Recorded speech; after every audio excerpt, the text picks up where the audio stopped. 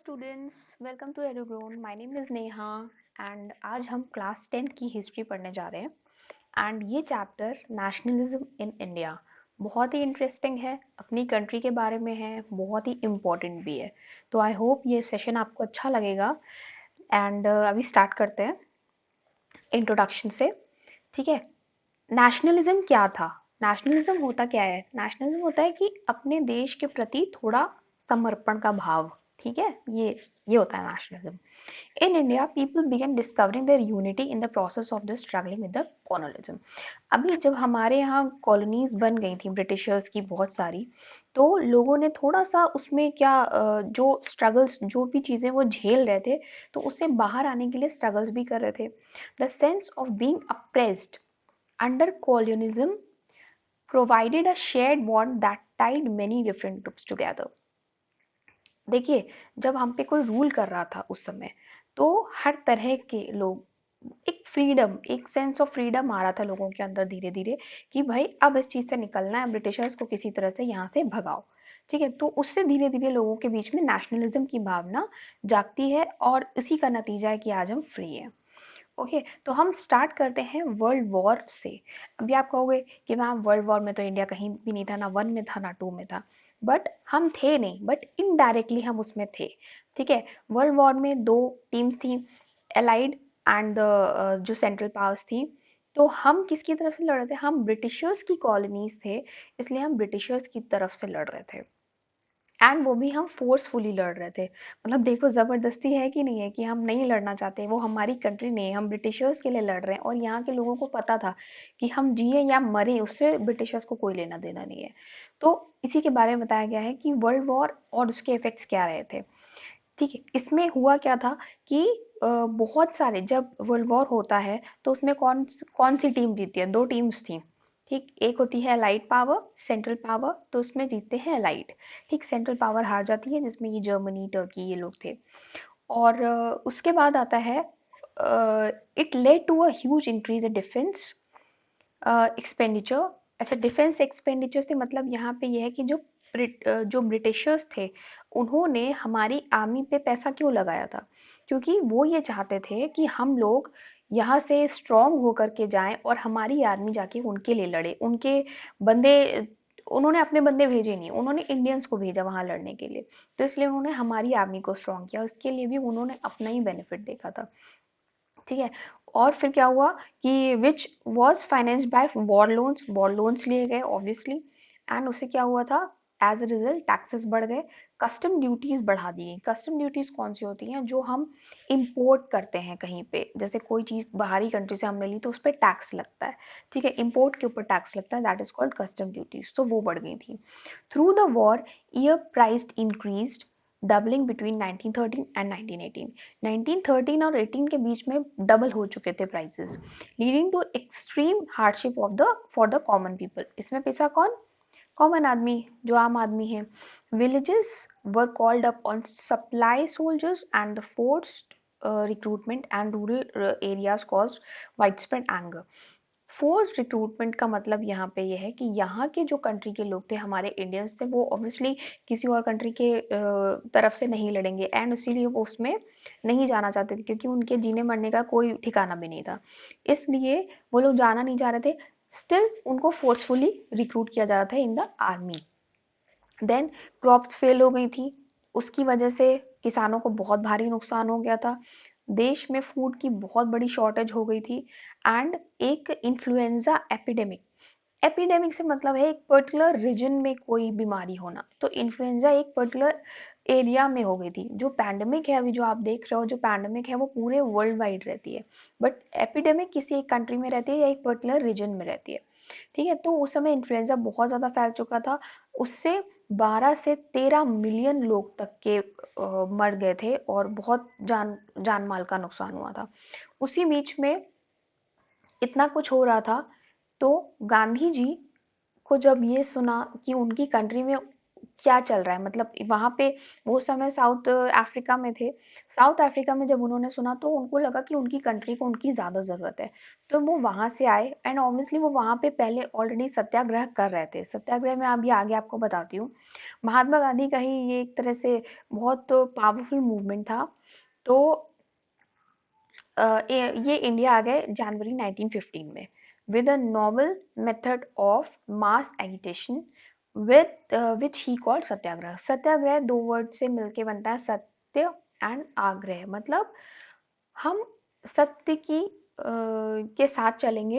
And उसमें ये होता था कि हम लड़ाई झगड़ा नहीं करते, हम बस एक तरह से शांत वे में प्रोटेस्ट करेंगे एंड अल्टीमेटली ब्रिटिशर्स को हमारी सुननी पड़ेगी। ये उनका रूल था, एक तरह से वो इस चीज़ को फॉलो करते थे, इनकी आइडियोलॉजी थी।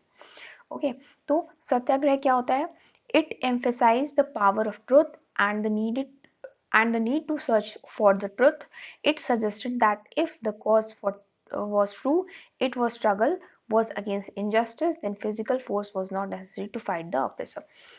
Ultimately, oppressor को हम जीत सकते हैं एक शांत माहौल में भी रह के, एक शांति से प्रोटेस्ट करने के बाद भी। सिंपल सा मतलब इसका ये है।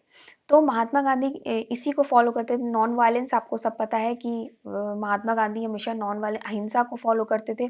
यही उनका परम धर्म था। ये इसके बारे में, सत्याग्रह के बारे में। 3 सत्याग्रह बाय महात्मा गांधी एक थे चंपारण बिहार में, देन था खेड़ा गुजरात में एंड अहमदाबाद। तो चंपारण के अंदर 1917 में होता है कि जब आपके महात्मा गांधी इंडिया आए, तो इंडिया में आकर के उन्होंने देखा कि हर जगह पे ब्रिटिशर्स अत्याचार पे अत्याचार कर रहे हैं इंडियंस के ऊपर। ठीक, तो इसके लिए उन्होंने क्या किया, वो जगहों पे घूम रहे थे, पूरे इंडिया में वो घूम रहे थे कहाँ पे क्या चल रहा है। घूमते घूमते ये बिहार गए। बिहार में चंपारण में उन्हें ये पता चला कि वहाँ पे जो पेजेंट्स थे उनसे जबरदस्ती इंडिगो यानी कि नील की खेती कराई जा रही थी। तो ये नील की खेती में होता क्या है, इसके ड्रॉबैक्स ये होते हैं कि अगर कहीं पे नील की खेती कर ली जाए तो वहाँ की ज़मीन एटलीस्ट 4-5 साल के लिए बेकार हो जाती है, बंजर हो जाती है। तो मतलब वहाँ पे आप और कोई खेती कर ही नहीं सकते हो। तो ऑब्वियसली फिर वो किसान क्यों करेंगे ऐसी खेती को वहाँ पे, बट उन्हें ज़बरदस्ती वो करवाई जा रही थी क्योंकि वो लोग यहाँ से एक्सपोर्ट करते थे ब्रिटिश में, मतलब ब्रिटेन में। ओके, तो इसमें ये चीज़ महात्मा गांधी को बिल्कुल नहीं अच्छी लगी और उन्होंने इसके खिलाफ में प्रोटेस्ट किया। सब किसानों के साथ मिलकर के सत्याग्रह किया एंड हमारे महात्मा गांधी जी को उसमें सफलता मिली। ठीक है, एंड उसके बाद क्या हुआ, वो गुजरात गए थे। गुजरात में खेड़ा खेड़ा जगह है जहाँ पे ये भी एक पेजेंट्स के लिए ही की गई थी, ये जो सत्याग्रह हुआ था। ठीक, तो वहाँ पे हुआ क्या था कि एपिडेमिक जब ये हो रहा था, इन्फ्लुएंजा फैल रहा था, तो उससे सॉरी, इन्फ्लुएंजा में आई एम सॉरी, जो प्लेग फैल रहा था, प्लेग की वजह से वहाँ के खेत खराब हो गए थे। जैसे जो चूहे होते हैं या जो रोडेंट्स होते हैं, रोडेंट्स से ही प्लेग, जैसे चूहे हो गए, छछूंदर हो गए, ये सब जो रोडेंट्स होते हैं इनसे ही प्लेग फैलता है। एंड अगर ये किसानों की क्रॉप्स को खा गए थे तो इस वजह से उनकी पूरी क्रॉप्स खराब हो गई थी, सब डिस्ट्रॉय हो गया था। तो वो लोग रेवेन्यू नहीं दे पा रहे थे ब्रिटिशर्स को। तो इसमें पेजेंट्स ये चाहते थे कि उनको रिलैक्सेशन मिले, बट वो नहीं मिल रहा था। ठीक, एक तरफ तो बेचारों को नुकसान भी हो रहा था, देन टू उनको रेवेन्यू भी देना पड़ रहा था। तो इसलिए गांधी जी ने ये भी कहा कि इनको रिलैक्स करना चाहिए ये रेवेन्यू से। तो सत्याग्रह किया गया and again Mahatma Gandhi wins. उसके बाद अहमदाबाद, अहमदाबाद का जो था 1918 में हुआ था एंड ये हुआ था कॉटन मिल के वर्कर्स के लिए। इसमें पेजेंट्स का कोई काम नहीं था, दो थे पेजेंट्स के लिए, आपके चंपारण वाला और खेड़ा वाला। अहमदाबाद वाला कॉटन मिल वर्कर्स के लिए था।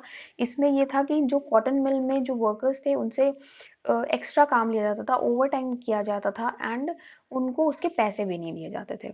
ठीक, और उस समय हो क्या रहा था कि इतनी, जब वर्ल्ड वॉर के जज्बात में इतना जो थी क्रॉप्स खराब हो चुकी थी, जो एसेंशियल चीज़ें होती हैं वो बहुत महंगी हो चुकी थी एंड उसके जो आप देखोगे एवरेज में उनको सैलरी के नाम पे कुछ भी नहीं मिल रहा था। ओके, तो इससे लोग बहुत डिस्टर्ब थे वहाँ के वर्कर्स।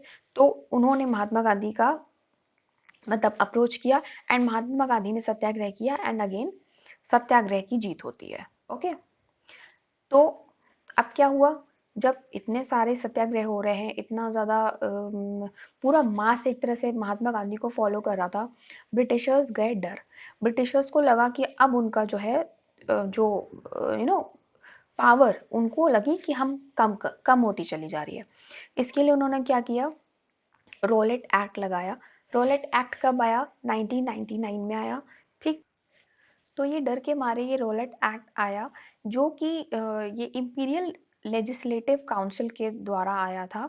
इंपीरियल लेजिस्लेटिव काउंसिल क्या थी, ये ब्रिटेन में एक काउंसिल थी जो कि इंडियंस को सप्रेस करने के लिए बनाई गई थी। यहाँ यहाँ पे तरह तरह के रूल्स ऐसे बनाए जाते थे जिससे इंडिया को परेशान किया जा सके। इन शॉर्ट वो हमें परेशान करते थे इस काउंसिल के थ्रू।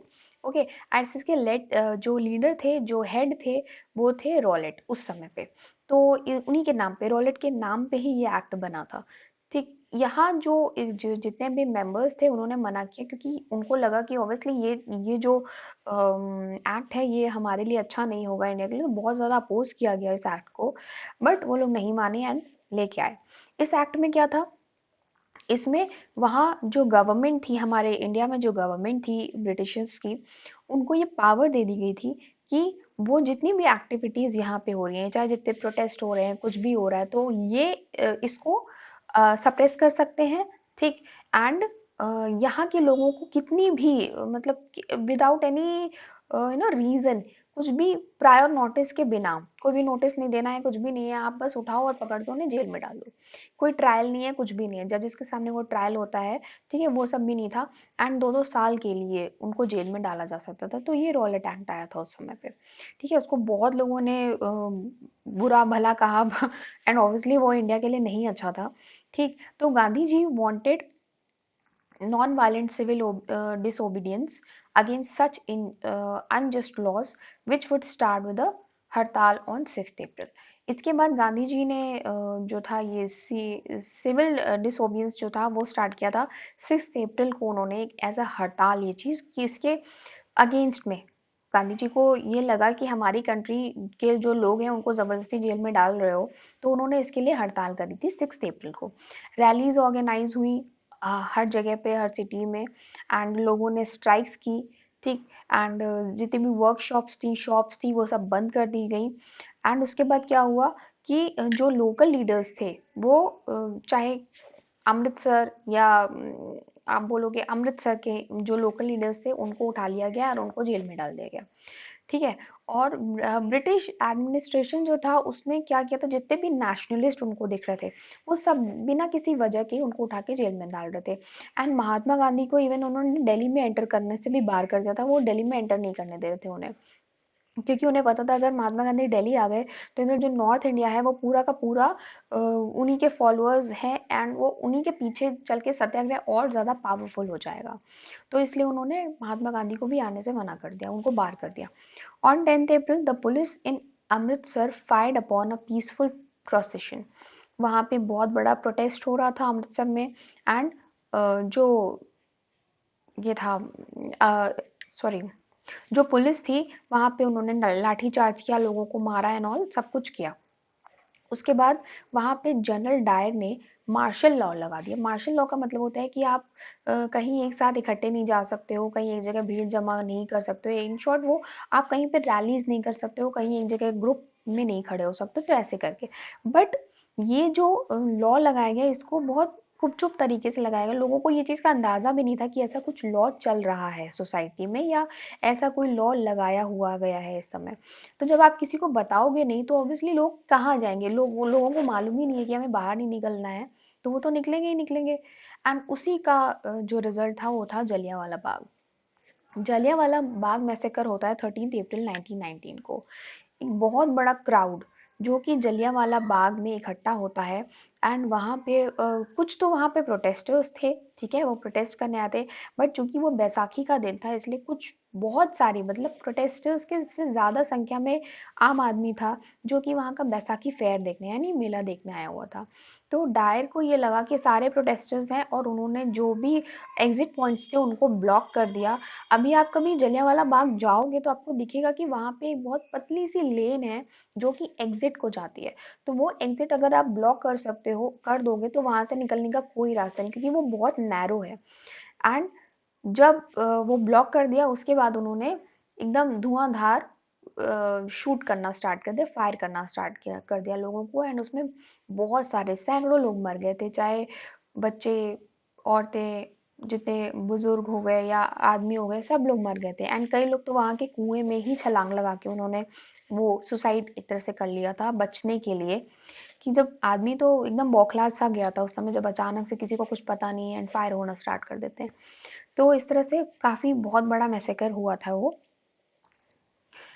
तो बाद में जब इससे ही इज जनरल डायर, जिनकी फोटो मैंने इसमें लगाई है, ठीक है, उसमें बाद में डिक्लेयर किया था कि मैंने तो ये सत्याग्रही को क्या दिमाग ठिकाने लगाने के लिए एक तरह से ये एक घिनौना जो था काम किया। तो उसने उसके मतलब दिल ही नहीं था, मतलब बिल्कुल भी। वो बहुत जस्टिफाई कर रहा था अपने इस जो भी उसने किया था लोगों के साथ में, तो उसको बहुत जस्टिफिकेशन दे रहा था उसका कि नहीं, मैंने तो उनको दिमाग ठिकाने लगाने के लिए ऐसा किया था। तो उसके बाद क्या होता है, मैसेकर के बाद क्या होता है, स्ट्राइक्स होती हैं, ठीक है, क्लैशेस होते हैं पुलिस के साथ। उसके बाद गवर्नमेंट होती है वो और ज़्यादा उग्र हो जाती है एंड वो और ब्रूटली रिप्रेस करने लग जाती है पब्लिक को। Then satyagrahis were forced to rub their noses on the ground. जो सत्याग्रही थे उनको फोर्स किया जाता है अपनी नाक रगड़ने के लिए। उनको कहा जाता है कि आप मतलब घुटनों के बल चलो, ऐसे मतलब उनको ह्यूमिलिएट किया जाता है एक तरह से। तो इस तरफ ये सब चीज़ें ऐसी हो रही थी जिसकी वजह से महात्मा गांधी को ये मूवमेंट को बंद करना पड़ा and he called off the movement. उसके बाद ये दिस इज द पिक्चर जिसमें ये दिखाया गया कि किस तरह से अंग्रेज करते थे। ये यू कैन सी दिस कि इंडियंस के साथ कैसा बिहेव करते थे वो लोग, मतलब क्रॉलिंग ऑर्डर्स में चलने को बोलते थे वहां पे। ओके, देन आता है खिलाफत इशू एंड खलीफा। ओके, खिलाफत इशू क्या था? खिलाफत इशू को समझने के लिए आप थोड़ा सा पीछे जाओगे। जब वर्ल्ड वॉर हुआ था तो उसमें एलाइड्स जो थे, जो दूसरी टीम थी, वो जीतती है। एंड जो सेंट्रल पावर्स होती हैं उन पे पीस ट्रीटी लगाई जाती है बड़ी सारी। ठीक है, आपने जर्मनी के बारे में अभी नहीं पढ़ा है, आप आगे पढ़ोगे। जर्मनी पे भी ट्रीटी, ये वर्साइल्स की ट्रीटी लगी थी।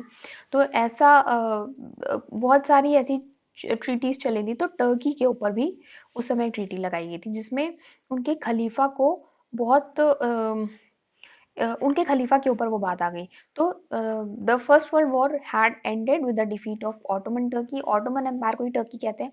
And there were rumours that a harsh peace treaty was going to be imposed on the Ottoman empire. बहुत हार्श पीस ट्रीटी थी उस समय जो ऑटोमन एम्पायर जैसे कि टर्की पे लगाई गई थी। The spiritual head of the Islamic world the Khalifa. And वहाँ के जो स्पिरिचुअल हेड होते हैं इस्लाम्स में, इस्लामिक वर्ल्ड में, उनको खलीफा कहते हैं। तो इन्हीं इस ट्रीटी के अगेंस्ट में ही जो लोगों ने पूरे वर्ल्ड में, मतलब जितने भी मुस्लिम कंट्रीज थी या जितने जितने भी मुस्लिम लोग थे, उन्होंने इसके खिलाफ में प्रोटेस्ट किया था। ओके, कि आप इस तरह से किसी पे पीस ट्रीटी नहीं लगा सकते, वो भी इतनी हार्श। ठीक, तो इसमें हमारे इंडिया में भी खिलाफत इशू, इसी को खिलाफत इशू कहा गया कि खलीफा के खिलाफ जो लोग, मतलब ये ट्रीटी के खिलाफ जो लोग खड़े हुए थे उसको खिलाफत इशू कहते हैं। The Khilafat issue gave Gandhi ji the opportunity to bring the Hindus and Muslim on a common platform. अच्छा, अभी गांधी जी को ये लगा कि यहाँ पे हिंदू और मुस्लिम्स में थोड़े थोड़े कॉन्फ्लिक्ट्स इंडिया में होते रहते हैं। तो गांधी जी को लगा कि अगर हम खिलाफत इशू जो कि मुस्लिम्स हैंडल कर रहे हैं, तो अगर हम उनका साथ दें, यानी कि कांग्रेस कांग्रेस एंड खिलाफत इशू को अगर मर्ज कर दें, दोनों एक साथ खड़े होते हैं, तो हम एक साथ ब्रिटिशर्स के खिलाफ लड़ सकते हैं। एक तरह से एकता बढ़ाने की कोशिश की गई हिंदू एंड मुस्लिम में। तो उसके बाद क्या हुआ, खिलाफत कमेटी में क्या क्या था, formed in Bombay 1919 to defend khalifa's temporal power. खलीफा की टेम्पोरल पावर को डिफेंड करने के लिए बनी थी मार्च 1999 में। एंड मोहम्मद अली, शौकत अली, ये अली ब्रदर्स कहे जाते हैं, began discussing with Gandhi ji for united mass action. Gandhi ji इनके पास गए, इनसे डिस्कस किया कि देखो अगर हम लोग मिल के काम करते हैं तो हम तुम्हारा साथ देंगे खिलाफत इशू में एंड तुम हमारा साथ देना, एंड हम लोग मिल के करेंगे तो हम we can fight with Britishers. ये लोग अग्री कर लेते हैं। And September 1920 Calcutta session of the Congress resolution passed to start NCM in support of Khilafat as well as for Swaraj. अब खिलाफत आंदोलन, स्वराज आंदोलन दोनों मिल चुके थे एंड उससे क्या बन गया था, उनका दोनों मर्ज करके NC, non cooperation cooperative movement, ठीक है, ये बना था। और यहाँ से सितंबर 1920 के कांग्रेस के कैलकाटा सेशन से एनसीएम स्टार्ट होता है। ओके, आपको ये याद रखना है कि आपका खिलाफत इशू क्या था। Okay, and just second, Jallianwala Bagh का मैसेकर का ईयर आपको याद रखना है। ओके, तो कुछ कुछ क्वेश्चंस आपको मैं बता रही हूँ जो आप बिल्कुल याद रखिएगा, एंड दैट फर्स्ट वन, सत्याग्रह से आपका क्वेश्चन जरूर आता है एंड हर बार आया है, तो प्लीज उसको भी याद रखिएगा कि सत्याग्रह कौन कौन से थे। चंपारण, खेड़ा और अहमदाबाद, तीनों के कौन कौन से ईयर्स थे, ठीक है, क्या क्या इश्यूज थे, ये आपको याद रखने हैं। ओके, बहुत ही इंपॉर्टेंट क्वेश्चन, बल्कि पूरा चैप्टर बहुत इंपॉर्टेंट है, आपको खुद की कंट्री के बारे में भी सब कुछ पता होना चाहिए। रट्टा मत मारना, ठीक है, रट्टा नहीं मारने का, समझने का, समझोगे, एक स्टोरी की तरह समझोगे, सब समझ में आएगा। तो वाई नॉन कोऑपरेशन, तो ये नॉन कोऑपरेशन कैसे आया पिक्चर में। In his famous book Hind Swaraj, Mahatma Gandhi declared that it was the cooperation of the Indians that provided the base of British rule in India. Mahatma Gandhi की एक किताब थी, है हिंद स्वराज, उसमें उन्होंने क्या बताया था कि cooperation of the Indians, India के कोऑपरेशन से ही हम ब्रिटिशर्स जो हमारे इंडिया पे रूल कर रहे हैं, हम उसको निकाल बाहर करेंगे। इंडिया के कोऑपरेशन का मतलब यहाँ पे है हिंदू और मुस्लिम के मेल से ही ऐसा हो पाएगा। Non cooperation movement begins with, कैसे स्टार्ट हुआ, surrender of titles that the government awarded. ये जो नॉन कोऑपरेशन मूवमेंट था, इसमें सबसे पहले क्या किया गया था कि यहाँ पे जो गवर्नमेंट थी, जो ब्रिटिशर्स थे, उन्होंने जो एलीट ग्रुप्स थे उनको टाइटल्स दे रखे थे। तो इन एलीट ग्रुप्स ने टाइटल्स को हटा दिया, सरेंडर कर दिया कि हमें नहीं चाहिए, जो एक तरह से बॉयकॉट करा उनका। तो civil services, army, police, courts, legislative council, schools, foreign goods, ये सब को बॉयकॉट कर दिया गया। In case the government use repression, a full civil disobedience campaign would be launched. And इनका प्लान भी ये था कि अगर गवर्नमेंट उसके बाद भी रिप्रेस करती है तो हम सिविल डिसोबीडियंस कैंपेन करेंगे एंड उसके बाद हम वैसे प्रोटेस्ट करेंगे, ठीक है। Through the summer of 1920 Mahatma Gandhi and Shaukat Ali toured extensively mobilising popular support for the movement. अभी जब समर था 1920 के टाइम पे, तो महात्मा गांधी एंड शौकत अली, उन्होंने एक उन्होंने जगह जगह पे जाके अपने मूवमेंट को सपोर्ट करवाया, ठीक है, अपने एक तरह से अपने कामों को बताया एंड लोगों में एक तरह की भावना जगाई कि आपको किसी भी तरीके से अपने इंडिया को फ्री करवाना है, ठीक है।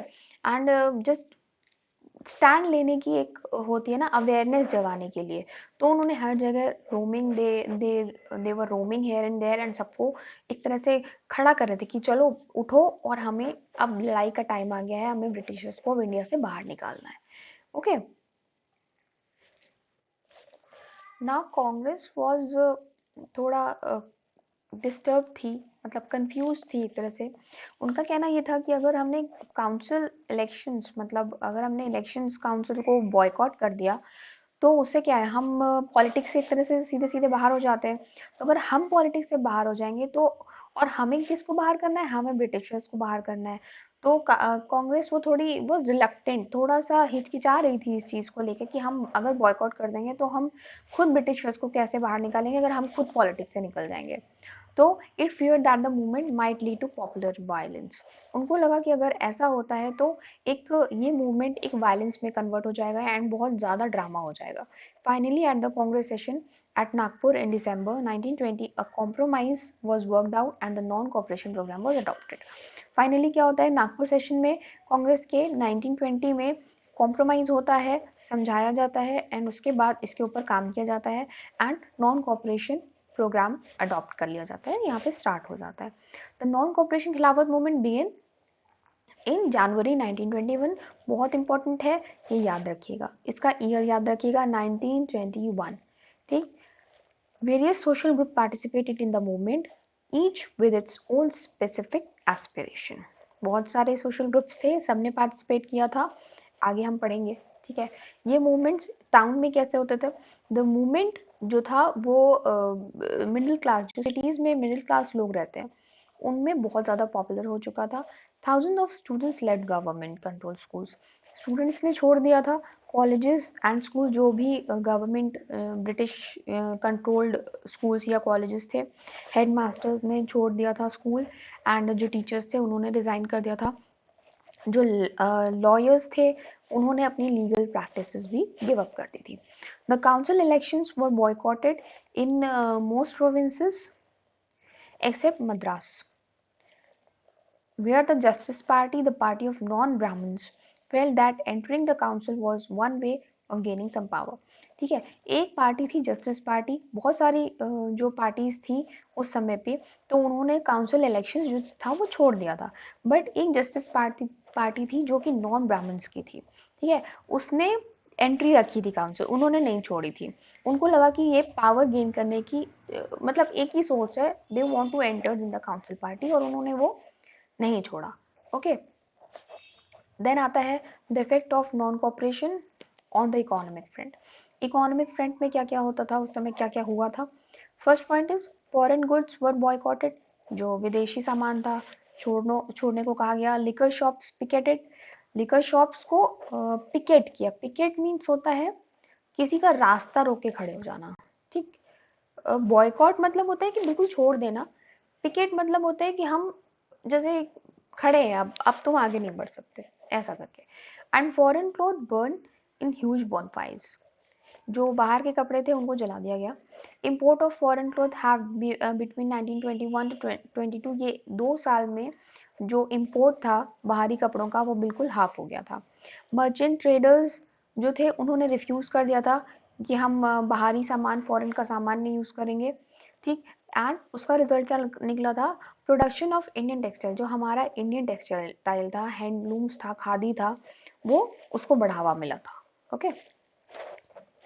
NCM slowed down, NCM slow down क्यों हुआ था? The question mark is there. ठीक।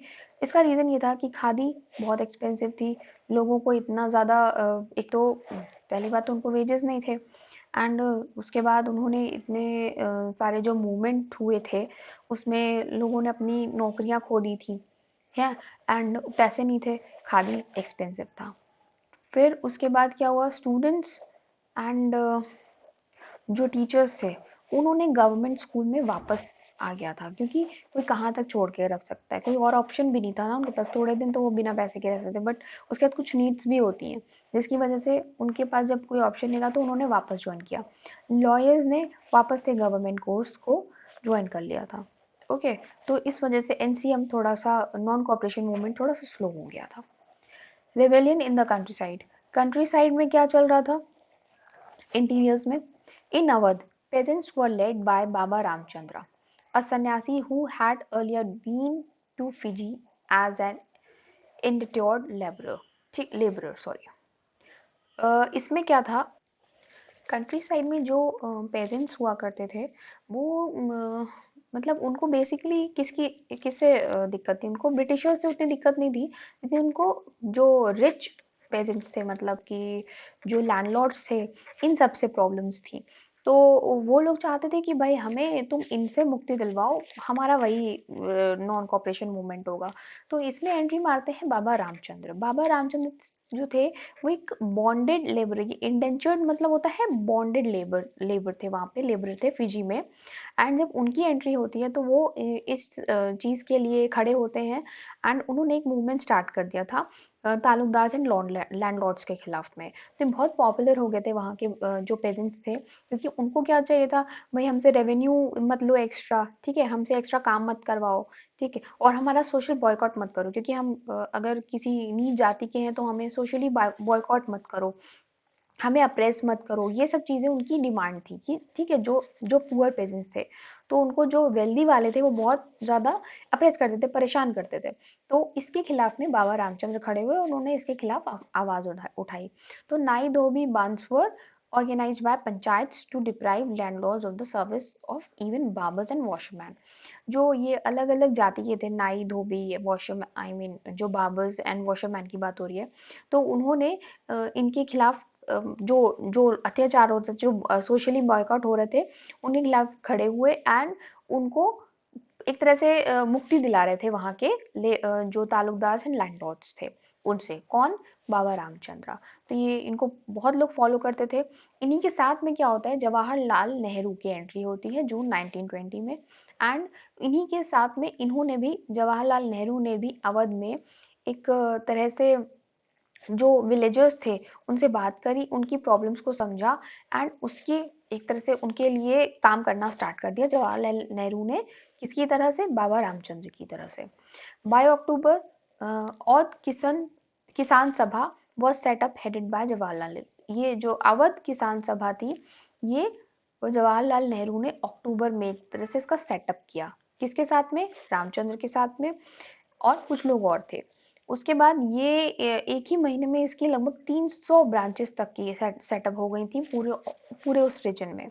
तो बहुत फेमस हो गया था, क्योंकि इसमें क्या हो रहा था, इसमें यही जो जो किसान थे, जो छोटा किसान था, उसको बड़े किसानों से, जो लैंडलॉर्ड्स थे, उनके अत्याचारों से आराम मिल रहा था। मतलब अब वो थोड़ा ठीक है, रेवेन्यू भी कम हो रहा है, रेवेन्यू पे जो भी उनको नुकसान हो रहे थे वो नहीं हो पा रहे हैं। अब उनको जो है बॉयकॉट नहीं किया जा रहा, वो अगर एक्स्ट्रा काम कर रहे हैं उसको वेजेस मिल रही हैं, तो काफ़ी रिलैक्स्ड हो गए थे। The present movement however developed in forms that the Congress leadership was unhappy with. मगर यही मूवमेंट अगर शांति से चलता रहता तो ठीक था, बट धीरे धीरे इसने जो था एक हिंसा का रूप ले लिया था। ओके, तो इसका ये इस वजह से ये मूवमेंट जो था वो फेल हो गया था। तो ये रीजंस क्या क्या थे? The houses of taluqdars and merchants were attacked. जो वहाँ पे तालुकदार्स और मर्चेंट्स थे, लैंडलॉर्ड्स थे, उनके जो घर थे उन पे अटैक करने जाने लग गए थे ये लोग। बाजार्स वर लूटेड, लूटपाट शुरू हो गई थी। Grains grain hoards were taken over, जो अनाज के बोरियां थी वो सब ले लेते थे ये लोग। छीना झपटी मची हुई थी मतलब in short. Local leaders told peasants that Gandhi ji had declared that no taxes were to be paid and land was to be redistributed among the poor. जो लोकल लीडर्स थे उन्होंने क्या कहा कि गांधी जी ने डिक्लेयर कर दिया है कि अब कोई टैक्स नहीं देगा, किसी को पे नहीं करना पड़ेगा, एंड जो लैंड है वो भी रीडिस्ट्रीब्यूट होगा, किसमें? जो गरीब लोग हैं उनके में। The name of Mahatma was being invoke to sanction all action and aspirations.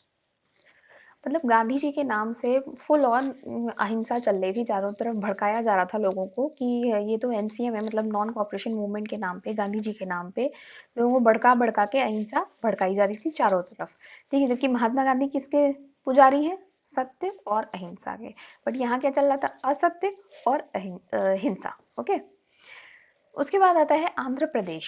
Andhra Pradesh में यूडम हिल्स है, वहाँ पे मोस्टली जो होता है ट्राइब्स रहते हैं बहुत सारे, जो पॉपुलेशन है वो मोस्टली ट्राइब्स की है।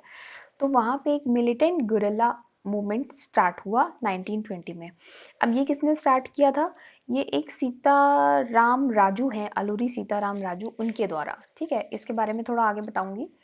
The colonial government had closed large forest areas, preventing people from entering the forest to graze their cattle or to collect fuel wood and fruits। अच्छा, जो ट्राइबल्स होते हैं वो मोस्टली क्या होता है, उनको कहाँ रहना होता है, उनको उनका पूरा टच जो होता है फॉरेस्ट से होता है। उनका जितना खाना पीना, जो वुड कलेक्शन है, फ्रूट्स है, वो सब कहाँ से आता है? सारा फॉरेस्ट से आता है। बट अंग्रेज क्या करते थे कि तुम्हें हमसे परमिशन लेनी पड़ेगी तब तुम उसमें जाओगे फॉरेस्ट में। तो ऐसा तो नहीं हो पाएगा। एंड ये बात सही भी है, क्योंकि जब ट्राइबल्स वहाँ रह रहे हैं तो फॉरेस्ट में किसी से पूछ क्यों जाएंगे? तो ये चीज़ उन्हें पसंद नहीं आती थी। Their livelihood affected, but they felt that there traditional rights were being denied.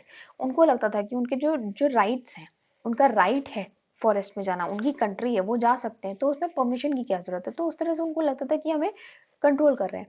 The government began forcing them to contribute begar for road building and the hill people revolted. जो वहाँ के लोग थे, तो वहाँ की गवर्नमेंट क्या कहती थी कि आपको मतलब बेगैर मतलब होता है कि बिना पैसे के काम करा लेना, तो रोड वोड बनवा लो बट हम पैसे नहीं देंगे, ऐसा करके गवर्नमेंट उनको एक्सप्लॉइट करती थी। तो इसी में ये जब ये सब चल रहा था, तो यहीं पे एक मिलिटेंट गुरिल्ला नाम का मूवमेंट स्टार्ट होता है इन सब चीज़ों से बचने के लिए। एंड वो एनसीएम के नाम से, मतलब नॉन कॉपरेशन मूवमेंट के आधार को लेकर के ये मूवमेंट स्टार्ट हो जाता है। एंड ये काफ़ी बुरा था, क्योंकि इसमें लड़ाई झगड़े से ही शुरुआत होती है, और ये एक तरह से लोगों को भड़का रहा था। भड़का कौन रहा था? अलूरी सीताराम राजू। अलूरी सीताराम राजू ने ये बोला, एंड ये वहाँ पे काफ़ी पॉपुलर भी हैं और अभी भी लोग उनको काफ़ी जानते हैं और मानते हैं कि इन्होंने लोगों को अवेयर किया था कि हमें ये चीज़ नहीं करनी है। अच्छा, बाकी सब तो चीज़ें ठीक है, वो हिंसा को बढ़ावा देता था। ये ठीक है कि अपनी जो पावर्स हैं या अपना जो राइट है उसके लिए लड़ो, बट उसके लिए हिंसा यूज करो, ये ठीक नहीं था, जो कि उसने वहां के लोगों को सिखा दिया था। जो लोकल लीडर्स थे, उन्होंने उनके अंदर फूंक दिया था कि देखो, जब तक दो तीन लोगों को मारो पीटोगे नहीं, तब तक तुम्हें अपनी जो फ्रीडम है वो नहीं मिलेगी। तो इस तरह से ये वहां पे शुरू हो गया था। Claim that he had a variety of special powers. अभी अलूरी सीताराम राजू के बारे में बात करते हैं। वो ही कहता था, मैं भगवान हूँ, अहम ब्रह्मास्मि। ठीक है, तो उसको वो कह रहा था मेरे पास स्पेशल पावर्स हैं। And rivals proclaim that he was an reincarnation. वो अपने आप को एक भगवान का दूसरा रूप समझता था। ठीक, वो क्या करता था? खादी पहनता था एंड लोगों को ड्रिंकिंग गिव अप करने के लिए कहता था, लोगों को ये सिखाता था कि खादी पहनना चाहिए, सब चीज़ें अच्छी थी, हिंसा को छोड़ के बाकी सब सही चीज़ें बताता था वो। ठीक, बट वो फॉलोअर किसका था? नॉन वायलेंस का था। तो इस तरह से उसका काम यही चलता रहता। The freedom rebels attack police station. अब उसने जब सिखाया, लोगों को भड़काया, तो लोगों ने पुलिस स्टेशन पे अटैक किया, ब्रिटिश ऑफिशियल्स को मारा पीटा एंड जान भी ले ली उनकी। किसके लिए? स्वराज अचीव करने के लिए। Raju was captured. अल्टीमेटली क्या हो गया? 1924 में राजू को कैप्चर कर लिया गया and over time became a folk hero. एक तरह से हीरो के नाम तरह से क्रांतिकारी बढ़िया निकल के आया था वो। Attempted to kill Britishers and carried on guerrilla warfare for achieving swaraj. ठीक इस तरह से गुरिल्ला वॉरफेयर जो था वो खत्म होता है, ब्रिटिशर्स को मारा गया, और उसके बाद भी स्वराज को पाया कैसे? गुरिल्ला वॉरफेयर के द्वारा ही। जब इतने सारे वायलेंस हुए, तो कुछ तो ब्रिटिश उससे डरेंगे ही, है ना? तो उसके बाद उनको टू अचीव द स्वराज, उन्होंने ये सब नॉन वायलेंस को फॉलो किया था। Okay, then swaraj in the plantations. अब आते हैं प्लांटेशंस में स्वराज कैसे आया। देखो, प्लांटेशन का मतलब होता है कि एक बड़ी ज़मीन पे एक ही खेती करना। ठीक है, जैसे कि चाय की खेती है, वो बहुत बड़े एरिया में होती है। अगर आप कभी देखोगे तो काफ़ी दूर दूर तक देखोगे तो चाय के खेत दिखते हैं, कॉफ़ी के खेत दिखते हैं। तो इस तरह से पूरा प्लांटेशन होता था, जिसमें बड़े एरिया में एक खेती होती थी। तो प्लांटेशन वर्कर्स मीन्स यही होता है कि वो पूरे to move freely and retaining a link with the village from which they had come. ठीक, under the inland emigration act. अब आता है इनलैंड एमिग्रेशन एक्ट। ये क्या था? इनलैंड इमिग्रेशन एक्ट जो था 1859, इसमें क्या था कि जो प्लांटेशन वर्कर्स थे, उनको अपने मन से अपने घर जाने की परमिशन नहीं थी। वो अपने मन से वो खेती को छोड़ नहीं सकते थे। उनको वही करना था। अगर कहीं जाना भी है तो वो ब्रिटिशर्स से, ऑफिसर से परमिशन लेते थे, और दैट टू ब्रिटिशर्स उनको परमिट देते भी नहीं थे। कभी कभी सालों साल वो लोग अपने घर नहीं जा पाते थे। ओके, तो उससे क्या हुआ कि जब ये नॉन कॉपरेशन मूवमेंट आया, उन्होंने सुना, तो एक खुशी की लहर दौड़ गई इन सब वर्कर्स के बीच में, और उन्होंने कहा कि अब भाई, अब हमारे दिन बहुत जाएंगे और हम अपने अपने घर एटलीस्ट जा सकते हैं, जो कि इतने सालों से नहीं जा पाए थे। उनका बिलीव था कि गांधी राज आ जाएगा, तो मतलब गांधी राज जो कि अब चल रहा है, तो अब हम जो है अपने घर को वापस जा सकते हैं, अपने गांव लौट सकते हैं, एंड हमें भी अपना हक का लैंड मिल जाएगा, एंड हम उसमें खेती करेंगे, एंड हम बहुत अच्छे से अपना जीवन आगे का काट सकते हैं, हमें किसी की चाकरी नहीं करनी पड़ेगी। ठीक है, बट हुआ क्या? इसका बिल्कुल उल्टा, क्योंकि उस समय आंदोलन चल रहा था, मूवमेंट चल रहा था, तो रेलवेज एंड जो ट्रैक्स थे एंड जो जितने भी ट्रांसपोर्टेशन था, वो पूरा ठप हो चुका था। तो उसमें जब ये लोग निकलते हैं, तो इन्हें पकड़ के वहां मारा पीटा जाता है, और उसके बाद इन्हें वापस खेतों में डाल दिया जाता है और वापस से इनसे खेती कराने लग जाते हैं। तो इस तरह से इन लोगों का बेचारों का सपना अधूरा रह जाता है। ठीक, उसके बाद क्या होता है कि इट्स अ समरी ओनली, इसमें यही बताया गया है कि गांधी जी ने किस तरह से एक स्लोगन स्टार्ट किया था स्वतंत्र भारत का, एंड बहुत सारी बड़ी संख्या में लोगों ने उनको फॉलो किया, उनके मूवमेंट में के हिस्सा बने, एंड एक बहुत बड़े लेवल पे अवेयरनेस शुरू हो गई थी for the freedom of India. Okay, then यही फ्रीडम जो थी बड़ी महंगी पड़ी थी हमारे जो ब्रिटिशर्स थे। उसमें हुआ, अभी आप चौरी चौरा तो सबको पता होगा, गोरखपुर में एक जगह है बहुत छोटी सी, यूपी में।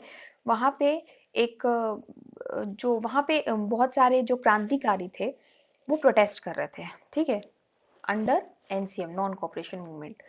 तो वहाँ पे जब ये सुना गया तो पुलिस वालों ने उनको पिटाई करना स्टार्ट कर दिया। ये इतने गुस्से में आ गए, इन्होंने अपनी तरफ से ही अहिंसा छोड़ करके हिंसा को फॉलो करा। गांधी जी के सारे जो सिखाई सीख पाठ थे सब भूल गए, एंड ब्रिटिशर्स को खूब तोड़ा, खूब मारा, एंड जो वो थाने था वहाँ पे, जो पुलिस स्टेशन था, उस पे आग लगा दी, एंड ऑन द स्पॉट वहाँ पे करीब करीब 22 पुलिस वाले जो थे मर गए थे। तो ये इंसिडेंट सुन करके महात्मा गांधी बहुत ज़्यादा टूट चुके थे, एंड उन्होंने नॉन कॉपरेशन मूवमेंट को ही कॉल्ड अ हॉल्ट, मतलब रोक दिया वहीं पे। ठीक, देन आता है टूवर्ड सिविल डिसोबीडियंस।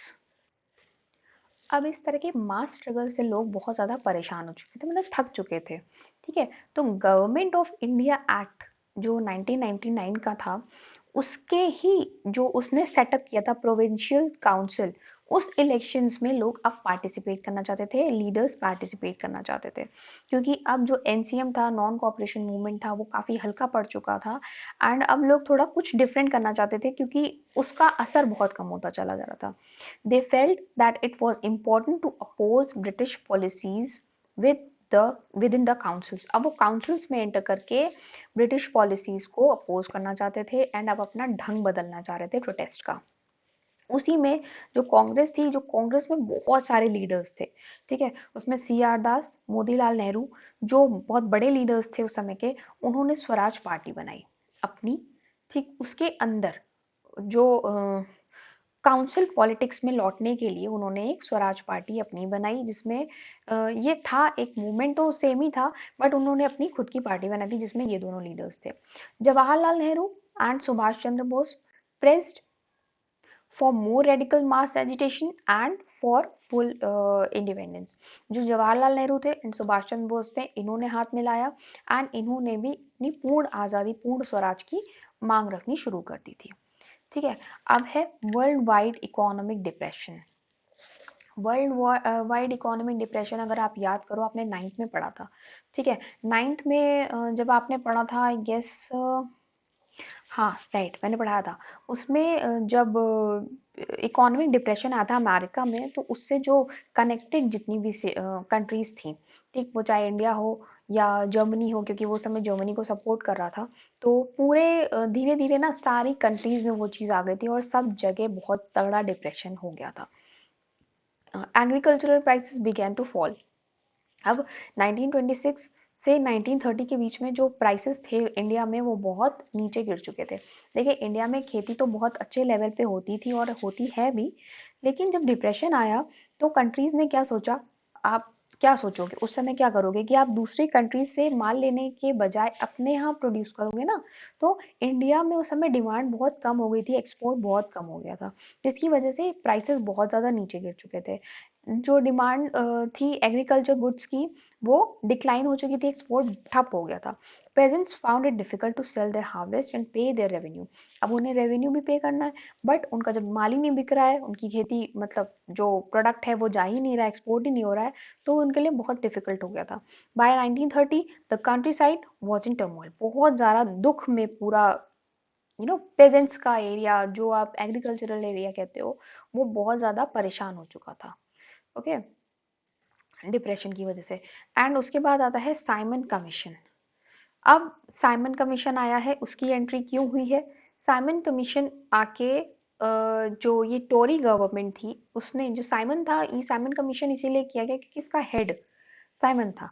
ठीक है, तो वो आता है और कुछ कॉन्स्टिट्यूशनल सिस्टम सजेस्ट करने के लिए अपने, कि हम कोई रूल बना देते हैं आकर के, एंड उससे क्या होगा कि थोड़ा यू नो एक जो कमीशन था, राइट, जो ये कॉन्स्टिट्यूशनल सिस्टम चेंज करने के लिए या कुछ और सजेशंस देने के लिए जो ये कमीशन बना था, इसमें सारे ब्रिटिश थे, यानी कि जो सारे डिसीजंस होते थे वो सारे सिर्फ ब्रिटिशर्स ले सकते थे, इंडिया का नामो निशान नहीं था। तुम हमारे लिए रूल बनाने के लिए निकले हो और हमारी कंट्री के लिए बनाने के लिए, हमारे यहाँ के लोग ही नहीं है। तो इसके लिए बहुत भयानक लोगों ने अपोज किया, बहुत प्रोटेस्ट किया कि ये तो नहीं चाहिए अपनी कंट्री में। तो कमीशन अराइव्ड, ये आया 1928 में, एंड इसको हमने बहुत प्यार से ग्रीट किया था गो बैक साइमन के नाम से, मतलब साइमन जाओ, भागो, देश छोड़ो, निकलो इधर से। Congress and the Muslim League opposed and protested. आप शुरू से पढ़ रहे हो, कांग्रेस एंड मुस्लिम लीग में बहुत सारे कॉन्फ्लिक्ट्स थे, लेकिन जब ये साइमन की एंट्री होती है तो ये दोनों हाथ मिला लेते हैं, एंड उसके जो साइमन कमीशन था इसके अगेंस्ट में खड़े होते हैं, एंड उनको गो बैक साइमन के नारे साथ में मिलके लगाते हैं। ठीक है, अब क्या था, जब इतना सारा प्रोटेस्ट हो रहा था, सब कुछ हो रहा था, तो ब्रिटिशर्स ने क्या सोचा, ब्रिटिशर्स के दिमाग की बत्ती जली। उन्होंने सोचा अब हम इनको थोड़ा सा कुछ माइन्यूट सा ना लॉलीपॉप सा दे देते हैं, जिससे ये लोग थोड़ा दिन चुप रहें, इतने ज़्यादा प्रोटेस्ट ना करें, एंड अब चुप करके वो करें जो हम चाहते हैं। तो इन्होंने इसके बदले में क्या किया, लॉर्ड इरविन जो था उसने 1929 अक्टूबर में एक अनाउंसमेंट की कि हम आपको डोमिनियन स्टेट दे देते हैं, ऑफर करते हैं, एंड आप वो ले लो बाकी। अब ये अंग्रेज क्या चाह रहे थे कि ये तो भड़क जा रहे हैं सारे के सारे हिंदुस्तानी, तो हमें क्या चाहिए कि हम इनको अगर थोड़ा बहुत कुछ भी ऑफर कर दें तो ये एटलीस्ट हमें देश से बाहर नहीं निकालेंगे। उनको देश में रहने का इतना क्रेज था कि वो कह रहे थे चलो हम तुम्हें थोड़ी सी पॉलिटिकल पावर दे देते हैं, लेकिन हमें तुम बाहर मत निकालो। कांग्रेस लीडर लड़ गए, हमें नहीं चाहिए, हम अनसेटिस्फाइड हैं और हम तुम्हें निकाल के रहेंगे। तो लाहौर सेशन होता है 1929 में, एंड उसमें जवाहरलाल नेहरू कहते हैं कि अब हमको छोटी मोटी चीज़ें नहीं चाहिए, अब हमें पूरा फुल इंडिपेंडेंस चाहिए, पूर्ण स्वराज चाहिए, एंड यही डिमांड हमारी है, full and final. It was declared that 26 January 1930 would be celebrated as the independence day. अब इस जो 26 जनवरी 1930 को ये जवाहरलाल नेहरू ने ये डिसाइड किया कि मतलब ये लाहौर सेशन तो दिसंबर 1929 में हुआ था, तो उन्होंने कहा था नेक्स्ट मंथ के लास्ट संडे को हम अपना इंडिपेंडेंस डे मना रहे हैं, अब तुम निकलो या ना निकलो, हम तो आज़ादी का दिन इसी दिन मनाएंगे 1930 में। एंड उन्होंने ये चीज़ डिक्लेयर करी। बट क्या हुआ कि ये चीज़ इतनी ज़्यादा स्प्रेड नहीं हुई कंट्री में, एंड लोगों को इतना नहीं पता चल पाया, इसलिए वो थोड़ा सा मामला ठंडा रहा और उतने उतना जोश नहीं देखने को मिला उस दिन। ओके, और इसीलिए 26 जनवरी 1930, सॉरी 26 जनवरी 1950 को जब हमने अपना जो रिपब्लिक डे हम मनाते हैं, गणतंत्र दिवस मनाते हैं, ये हम इसीलिए मनाते हैं क्योंकि हमें इंडिपेंडेंस तो मिली 15 अगस्त को, हम आज़ाद हुए, तो हमें तो वो उसी दिन मनाना पड़ेगा। लेकिन हमने जब हमारा वैसे कॉन्स्टिट्यूशन तो नवंबर में बना, बट हम नवंबर में इसीलिए नहीं सेलिब्रेट करते क्योंकि हम इसको मेमोराइज करना चाहते थे, अपने इस इंडिपेंडेंस डे को जो फर्स्ट टाइम डिक्लेयर किया गया था 26 जनवरी 1930 को। इसीलिए ये पूरी कंट्री हम सब मिल के मनाते हैं 26 जनवरी 1950 को, एक गणतंत्र दिवस, रिपब्लिक डे, इसी को रिमेम्बर करने के लिए, इतने सारे स्ट्रगल्स को याद करने के लिए। ओके, तो आई होप आपको ये फैक्ट समझ में आ गया होगा। Now I am moving on to the salt march and the civil disobedience move. अब प्रोटेस्ट करने के लिए महात्मा गांधी ने एक और नया तरीका सोचा। ठीक है, उसको कहते हैं सॉल्ट का मार्च, द सॉल्ट मार्च। ठीक है, इसमें गांधी जी ने ये देखा कि सॉल्ट ऐसी चीज़ है जो कि यूनाइट कर सकती है पूरे नेशन को। वो क्यों कर सकती है, क्योंकि उन्होंने ये फील किया कि कोई ऐसी चीज़ जो कि अमीर गरीब हर कास्ट का आदमी, चाहे वो कोई भी हो, अपर हो लोअर हो, हर कास्ट के लोग, हर तबके का लोग ये चीज़ कंज्यूम करते हैं। ओके, एंड बहुत ही एसेंशियल आइटम है ये फूड में, अगर फूड में नमक नहीं है तो फिर कुछ भी नहीं है, ठीक है। तो इसलिए गांधी जी को लगा कि ये थोड़ा सॉलिड रीजन हो सकता है एंड सॉलिड चीज हो जाती है अगर हम प्रोटेस्ट स्टार्ट करते हैं, ठीक है। अब देखो उन्होंने कहाँ से कहाँ तक ले गई चीज को, ठीक है। The tax on the salt and the government monopoly over its production reveal the most oppressive face of British rule. इसमें होता क्या था कि जो हमारे यहाँ सॉल्ट बनता था, जो हमारे आई मीन हमारे यहाँ बनता ही नहीं था, सॉल्ट बनता था बाहर ब्रिटेन में, एंड ब्रिटिशर्स वो सॉल्ट बनाते थे, हमें बनाने नहीं देते थे, और हम जो सॉल्ट लेते थे उस पर हमें टैक्स भी देना पड़ता था। तो इस तरह से ब्रिटिशर्स यहाँ पे तो बहुत ही बुरा कर रहे थे, एक तो तुम नमक दे रहे हो, हमें बनाने भी नहीं दे रहे हो, और उसके बाद हम उस पर टैक्स भी दे रहे हैं, वेरी इसेंशियल चीज़ जो कि बहुत इंपॉर्टेंट है, और उस पर हमें टैक्स भी देना पड़ रहा है। तो ये सब चीज़ें ऐसी थी जो बहुत सॉलिड पाई गई एंड गांधी जी ने उसको लेके प्रोटेस्ट किया। ऑन 31 जनवरी 1930 उन्होंने वाइसरॉय जो इरविन थे उस समय के, उन्होंने 11 डिमांड्स दी। तो गांधी जी ने एक लेटर लिखा, उसमें 11 डिमांड्स रखी। उसमें मेन डिमांड ये थी कि हमारे सॉल्ट में से आप टैक्स अबॉलिश कर दीजिए, हमें टैक्स नहीं देना आपके सॉल्ट के अंदर, ठीक। तो और उसके लिए उन्होंने कहा हम आपको 11 मार्च तक का टाइम देते हैं, ये 31 जनवरी की बात है, 11 मार्च तक का टाइम देते हैं, उसके बाद हम अपना काम करेंगे जो हमें करना है। अब एरविन जो था, इरविन तो बिल्कुल भी नहीं इस चक्कर में बोलने वाला था, क्योंकि वो बिल्कुल इग्नोर कर रहा था, उसको नहीं करना था ऐसा चीज कि वो टैक्स को, मतलब उसकी हरकतों से लग नहीं रहा था वो टैक्स को रिमूव करेगा, ठीक है। Mahatma Gandhi letter was in a way an ultimatum, उनका एक अल्टीमेटम ही समझ सकते हो ये, but Irwin was unwilling to negotiate, वो नेगोशिएट भी नहीं करना चाह रहा था। तो उसके बाद एज अ रिजल्ट क्या हुआ, महात्मा गांधी ने अपने साथ 78 और ट्रस्टेड वॉलंटियर्स को लिया एंड सॉल्ट मार्च शुरू किया। ये कहाँ से स्टार्ट होता है, साबरमती आश्रम से, एंड ये कहाँ तक जाता है, दांडी, दैट इज गुजरात तक का। डिस्टेंस रहेगा 240 माइल्स था, एंड 10 माइल्स पर डे ये लोग चलते थे। 10 किलोमीटर्स नहीं है mind you, miles per day है, ठीक है। और जहां जहां पे ये लोग रुकते थे वहां पे और भी लोग उनसे जुड़ते चले जाते थे। Thousands in different parts of the country broke the salt law, manufactured salt and demonstrated in front of government salt factories.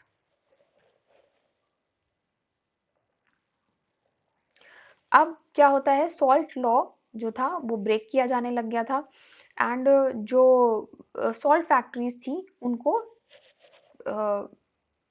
Boycott कर रहे थे ये लोग, फॉरेन क्लोथ्स को बॉयकॉट कर रहे थे, लिकर शॉप्स को पिकेट कर रहे थे, एंड पेजेंट्स ने रेवेन्यू देने को मना कर दिया था। और जस्ट सेकेंड, जो विलेज ऑफिशियल्स थे उन्होंने रिजाइन कर दिया था। ओके, तो इस तरह से बहुत सारी चीजें ऐसी हो गई थी कि जिसकी वजह से वहां पे प्रोटेस्ट स्टार्ट हो गया था, और बहुत लोग उनको ज्वाइन कर चुके थे महात्मा गांधी को।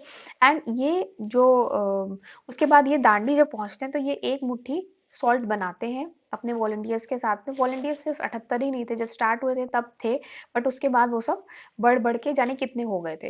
एंड वहां पे इन्होंने सॉल्ट बनाया, एंड एक तरह से इरविन को ये प्रूव कर दिया कि अब वो खुद बना सकते हैं, and they are not going to pay any tax on salt, ठीक है। तो इस तरह से सॉल्ट लॉ निकल गया, चला गया, ठीक है।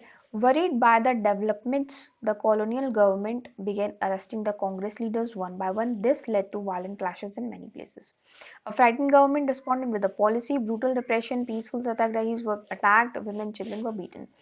इसके बाद जब इतने सारे प्रोटेस्ट हुए तो यहाँ पे बहुत सारे कांग्रेस लीडर्स को अरेस्ट कर लिया गया, बहुत बुरी तरह से उनको मारा पीटा गया, एंड उनको जो वुमेन थी, बच्चे थे, उन सब पे अटैक किया गया, जितने पीसफुल सत्याग्रही थे उनको मारा पीटा गया, एंड लगभग 10 लाख तक के लोग वहां पे अरेस्ट कर लिए गए। अब इस बार फिर महात्मा गांधी ने सोचा कि भाई ये तो उल्टा ही पड़ गया, हमने तो अच्छा करने चले थे और हमारे ही लोगों को ये मारा पीटा जा रहा है, तो एक बार ये फिर से घबरा जाते हैं, एंड घबरा करके बेचारे अपना फिर से ये मूवमेंट कॉल ऑफ करने की सोचते हैं। लेकिन इरविन कहता है कि ठीक है, मैं आपको एक गांधी गांधी को रिक्वेस्ट करते हैं कि आप हमारे साथ गोल जो round Mahatma Gandhi once again decided to call off the movement. ठीक है, महात्मा गांधी फिर से मूवमेंट खत्म करने की कोशिश करते हैं and enter into pact with Irwin on 5th March. 5th March 1931 को इरविन उनको एक पैक्ट साइन करने को बोलता है। इसी को गांधी इरविन पैक्ट कहते हैं। एंड इसमें क्या था, एक राउंड टेबल कॉन्फ्रेंस में गांधी जी को एंटर करना था, मतलब जाना था। राउंड टेबल कॉन्फ्रेंस क्या होती है? राउंड टेबल कॉन्फ्रेंस वो होती है जिसमें हमें ब्रिटिश जो होते हैं वो बुला करके हमें एक तरह से लॉलीपॉप पकड़ाते हैं कि देखिए हम आपके लिए ये कर रहे हैं हम आपके लिए मतलब आप ऐसा ना करो, हम ऐसा कर देंगे। ठीक है, एक तरह से नेगोशिएट करते हैं वहां पे बैठ करके। तो ये राउंड टेबल कॉन्फ्रेंस होती है। जो फर्स्ट हुई थी उसमें कोई नहीं गया था हमारी तरफ से, मतलब कांग्रेस का कोई लीडर नहीं पहुंचा था। बट सेकंड वाले में, राउंड टेबल कॉन्फ्रेंस में, इरविन उनसे कहता है कि आप उसमें आओ और उसमें अगर आप आते हो तो हम आपके लोगों को फ्री कर देंगे, जो जेल में है हम उनको आज़ाद कर देंगे। ठीक है, तो अब गांधी जी के पास कोई ऑप्शन नहीं रहता है, तो वो नेगोशिएट करते हैं एंड वो उस राउंड टेबल कॉन्फ्रेंस में उस राउंड टेबल कॉन्फ्रेंस को अटेंड करते हैं। ओके, बट उनके पीठ पीछे क्या हो रहा है इंडिया में? Back in India he discovered that the government had begun a new cycle of depression. Gandhi ji को वहां पे पहुंचा करके यहाँ पे ये लोग बहुत सारा अत्याचार फिर से करते हैं। जैसे ये वहां जाते हैं, उनके पीठ पीछे गफ्फार खान, जवाहरलाल नेहरू दोनों को जेल में डाल दिया जाता है। And Congress had been declared illegal. Congress को इलीगल डिक्लेयर कर देते हैं ये लोग। जब कुछ नहीं कर पा रहे हैं तो उठा के या तो जेल में डाल दो या फिर इलीगल बता दो, कुछ ना कुछ उल्टा सीधा जो मन में आए वो करते रहो। A series of measures had been imposed to prevent meetings, demonstration and boycotts. बहुत सारी मीटिंग्स को रोकने के लिए उनको बहुत सारे कानून इम्पोज करते हैं, उनको बॉयकॉट्स करने के लिए, या जितने भी अगर कोई भी खड़ा है ब्रिटिशर्स के अगेंस्ट में तो वो उठा करके सिर्फ यही करते थे कि उनको मारा पीटा और उसके बाद जेल में डाल दिया। सिर्फ उनके पास यही काम था। Mahatma Gandhi relaunch the civil disobedience movement. अब महात्मा गांधी को लगता है कि हमें फिर से सिविल डिसोबीडियंस मूवमेंट स्टार्ट करना चाहिए। सीडीएम यानी सिविल डिसोबीडियंस मूवमेंट क्या था? जो कि नॉन कॉपरेशन मूवमेंट से थोड़ा अलग था। नॉन कॉपरेशन में भी ये होता था, बॉयकॉट्स होते थे एंड प्रोटेस्ट होते थे बड़े सारे, सारा कुछ होता था। एंड सिविल डिसोबीडियंस में भी यही होता था। बट सिविल डिसोबीडियंस में एक चीज़ और होती थी कि वो लोग लॉज भी ब्रेक करते थे। जो अभी तक लॉज चल रहे हैं, जो ब्रिटिशर्स ने अपने लॉज बनाए हुए हैं, वो उनको ब्रेक कर देते थे। तो ऑलमोस्ट सिमिलर था, बस एक ही डिफरेंस था कि सीडीएम में आपके लॉज तोड़े जा रहे थे, कानून को तोड़ा जा रहा था। Okay, pageants rich supported, poor didn't. अब पेजेंट्स की बात यहाँ पे हो रही है कि किसने सपोर्ट किया था इसको एंड किसने नहीं किया था। ओके, तो यहाँ पे रिच जो पेजेंट्स थे उन्होंने सपोर्ट किया, बट पुअर ने नहीं किया। पुअर ने इसलिए नहीं किया क्योंकि उनका मेन लड़ाई जो थी रिच फार्मर्स थे, रिच पेजेंट्स से थी। ठीक है, तो उनकी लड़ाई अपनी अलग चल रही थी, तो उस समय उन्होंने इस मूवमेंट को इतना सपोर्ट नहीं किया, सिविल डिसोबीडियंस मूवमेंट को। ठीक है, तो rich peasants communities like the Patidars of Gujarat and the Jats of Uttar Pradesh, वो इस तरह के ये पाटीदार्स जो गुजरात के थे एंड उत्तर प्रदेश के जाट थे, ये काइंड ऑफ थोड़े रिच पेरेंट्स में ही माने जाते थे एंड वो बहुत एक्टिव थे उस मूवमेंट में। Hard hit by the trade depression and falling prices. अब क्या था कि जो डिप्रेशन हुआ था, ट्रेड डिप्रेशन हुआ था, उससे क्या जो प्राइसेस थे वो बहुत जल्दी नीचे गिर चुके थे। Rich peasants became enthusiastic supporters of the civil disobedience movement. अच्छा, जो रिच रिच पेजेंट्स थे उनको लग रहा था कि अगर हम सीडीएम में थोड़ा सा पार्टिसिपेट कर लेंगे तो हो सकता है कि कुछ प्राइजेस में बढ़ बढ़ जाएं, या आप ये कह सकते हो कि उनको ये लग रहा था कि उससे उनका प्रॉफिट हो सकता था। लेकिन पुअर के साथ ऐसा नहीं था, क्योंकि पुअर तो अपने ही स्ट्रगलिंग पीरियड में चल रहे थे, उनको रिच दबा रहे थे, सप्रेस कर रहे थे। तो वो ये चाह रहे थे कि हमको जो कांग्रेस है या फिर जो ये मूवमेंट चल रहा है ना, ये पुअर्स को भी उतना सपोर्ट करे कि उनको भी उभरने का मौका दे। बट ऐसा नहीं हो पा रहा था क्योंकि कांग्रेस ने उस समय पुअर्स को सपोर्ट नहीं किया था, इसलिए पुअर ऑलरेडी जो पुअर पेजेंट्स थे वो ऑलरेडी बहुत खफा थे एंड उसने सीडीएम से दूरी बना के रखी थी। For them the fight of Swaraj was a struggle against high revenues. उसने जो ये हाई रेवेन्यूज थे इसके अगेंस्ट में ही एक तरह से स्वराज की जो ये फाइट चल रही थी, वो स्ट्रगल उसी के अगेंस्ट में चल रहा था। ओके, तो आपको ये रीज़न समझ में आ गया कि पुअर क्यों डिस्टेंस बना के रखे थे, क्यों पुअर पेजेंट्स ने इसमें पार्टिसिपेट नहीं किया था, क्योंकि कांग्रेस ने ही उन्हें सपोर्ट नहीं किया था जब वो स्ट्रगल कर रहे थे ये रिच पेजेंट्स से या फिर आप कह सकते हो लैंडलॉर्ड से। Okay, the relationship between the poor pageants and the Congress remain uncertain, जैसा कि मैंने आपको बताया। Small tenants cultivating land they had rented from the landlord. In depression period, the small tenants found it difficult to pay the rent. अब क्या होता था, rent देना पड़ता था उन लोगों को अपना। एक तो उनकी जो लैंडलॉर्ड्स की ज़मीन पे वो खेती कर रहे थे, उस पे भी उनको पूरा पैसा नहीं दिया जा रहा था। ठीक, उसके बाद उनको रेंट अलग से देना पड़ता था। तो इन्होंने एक कांग्रेस ने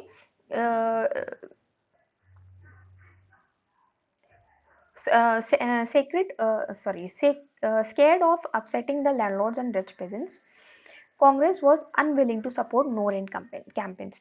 एक्चुअली क्या था कि ये जो आपके पुअर पेजेंट्स थे, वो ये चाहते थे कि कांग्रेस उनका नो रेंट कैंपेन जो चल रहा था कि हम रेंट नहीं देंगे लैंडलॉर्ड्स को, क्योंकि आप रेंट किस बात का ले रहे हो जब वो आपके यहाँ काम कर रहे हैं। आपके जो लैंडलॉर्ड एक तरह से अननेसेसरी उनको परेशान कर रहे थे। तो ये नो रेंट कैंपेन उन्होंने स्टार्ट किया था एंड कांग्रेस ने उसको सपोर्ट इसलिए नहीं किया था क्योंकि वो लैंडलॉर्ड्स को अपसेट नहीं करना चाहती, क्योंकि शायद फंडिंग उस समय लैंडलॉर्ड्स और रिच पेजेंट्स उनको कर रहे थे।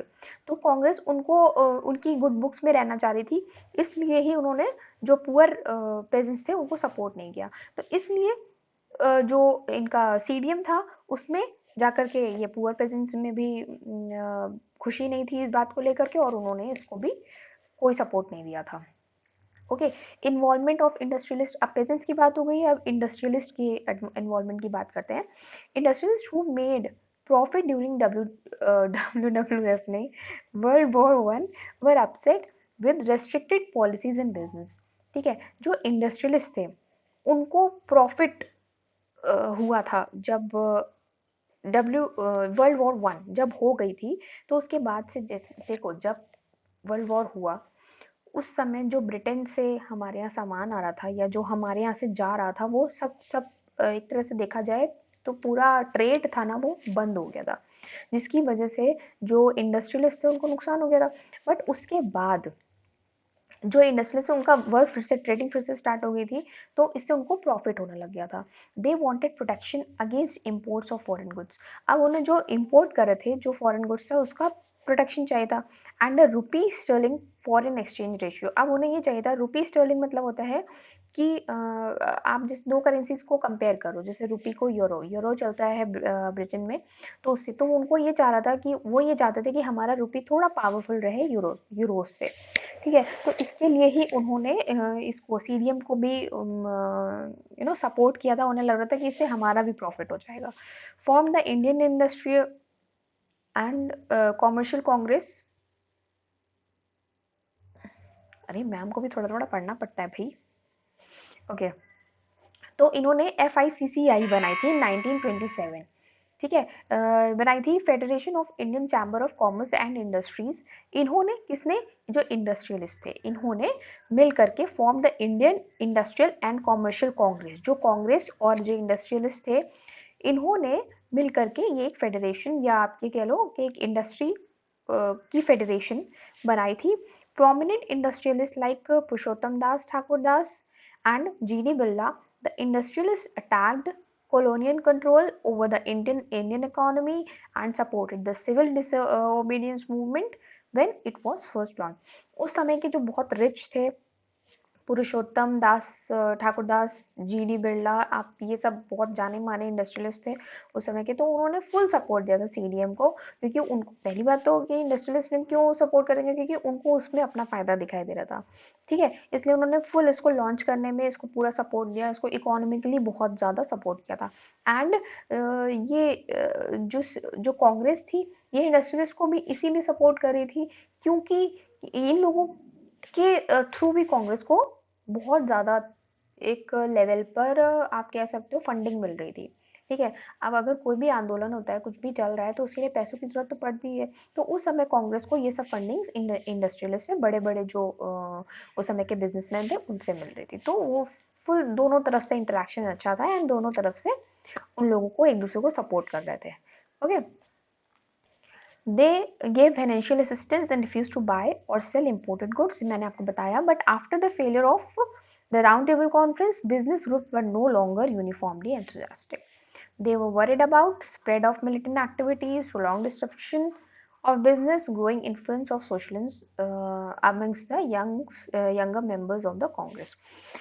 अब क्या था, जब राउंड टेबल कॉन्फ्रेंस जो थी वो फेल हो गई थी, ठीक है, उस समय पे बिजनेस ग्रुप जो थे वो थोड़े से, उनका जो था मोरल डाउन हो गया था और उन्हें चिंता ये हो गई थी कि ये मिलिटेंट एक्टिविटीज जो हो सकती हैं वो बढ़ सकती हैं, फैल सकती हैं, एंड बिजनेस में बहुत सारा डिस्टर्बेंस आ सकता है, डिस्ट्रप्शन हो सकता है, एंड उनके जो growing influence of socialism amongst the younger member of the Congress.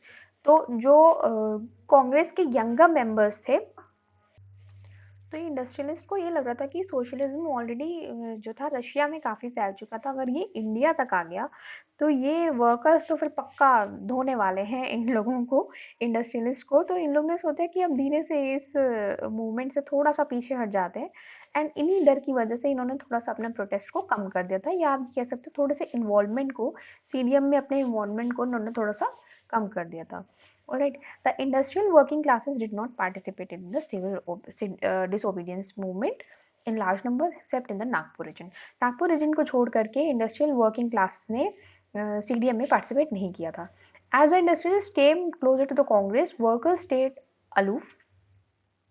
But in spirit of that, some workers did participate in the civil disobedience movement, selectively adopting some of the ideas in the Gandhian program, like boycott of foreign. अच्छा, same वही बात है कि कुछ industrialist जो थे उन्होंने फिर भी अपना काम जारी रखा था, एंड कुछ वर्कर्स भी ऐसे थे जिन्होंने सीडीएम को सपोर्ट किया था, उसमें पार्टिसिपेट किया था, एंड कुछ वर्कर्स ऐसे भी थे कि जिन्होंने, वो उसको सपोर्ट तो नहीं करते थे बट स्टिल कहीं ना कहीं वो फॉरेन गुड्स को बॉयकॉट भी कर रहे थे, एंड मूवमेंट्स में जो भी मूवमेंट्स चल रहे थे उस समय, उसमें कुछ कुछ पार्टिसिपेशन उनका देखने को मिला था against their low wages and poor working conditions. तो जो छोटा आदमी था वो अपनी ही कंडीशंस बेटर करने के लिए ही इन सब चीज़ों में थोड़ा थोड़ा इन्वॉल्वमेंट उसका पाया गया था. ओके, देन आता है पार्टिसिपेशन ऑफ वुमेन. हमने क्या बात करी, पेजेंट्स की बात कर ली, एंड हमने इंडस्ट्रियलिस्ट की बात कर ली, जिसमें पेजेंट्स जो थे पुअर वालों ने पार्टिसिपेट नहीं किया उसमें, एंड रिच ने किया. इंडस्ट्रियलिस्ट में भी जो पुअर वर्कर्स थे उन्होंने नहीं किया, इंडस्ट्रियलिस्ट ने किया था. ओके, एंड इसके अलावा पार्टिसिपेशन रहा वुमेन का. वुमेन जो थी उन्होंने काफ़ी कुछ सहा, इसमें प्रोटेस्ट में पार्टिसिपेट किया, इस जो सॉल्ट वाले में था उसमें भी उन्होंने, जेल भी गई, मारी पिटाई सब कुछ हुआ, ठीक है. एंड बट गांधी जी क्या थे, उन्होंने ये देखा कि जो सेक्रेड ड्यूटी है एक वुमेन की, वो हाउस होल्डिंग की, तो वो नहीं छोड़ सकती हैं. तो इसलिए गांधी जी ने उनको कुछ पर्टिकुलर पोजीशन नहीं दी थी. बट उन्होंने कांग्रेस में, मतलब कांग्रेस तो देखो, उन्होंने अलाउ तो किया, इन्वॉल्वमेंट अलाउ किया, उनका जितना पार्टिसिपेशन था वो सब अलाउ किया, वो जितने प्रोटेस्ट कर रही थी, साथ में कर रही थी, वो सब अलाउ किया, बट उनको कोई एक पोजीशन नहीं होल्ड करने दी थी. उनको कहीं एक कोई ये नहीं किया था कि हाँ इस पोजीशन पे आप हैं कांग्रेस की, तो ऐसा नहीं था. Gandhi ji was convince that it was the duty of women to look after home, मतलब हाउस होल्ड देखना फर्स्ट ऑफ ऑल उनकी ड्यूटी है, तो उनको वो करना पड़ेगा. बट अपार्ट फ्रॉम दैट उन्होंने काफ़ी कुछ इन्वॉल्वमेंट उनका इस सीडीएम में रहा था, एंड काफ़ी कुछ विमेन ने भी उसके बीच में सहा था, ठीक है.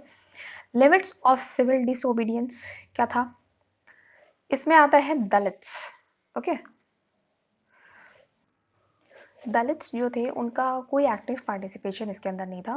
For long the Congress had ignored them for fear of offending the सनातनीज.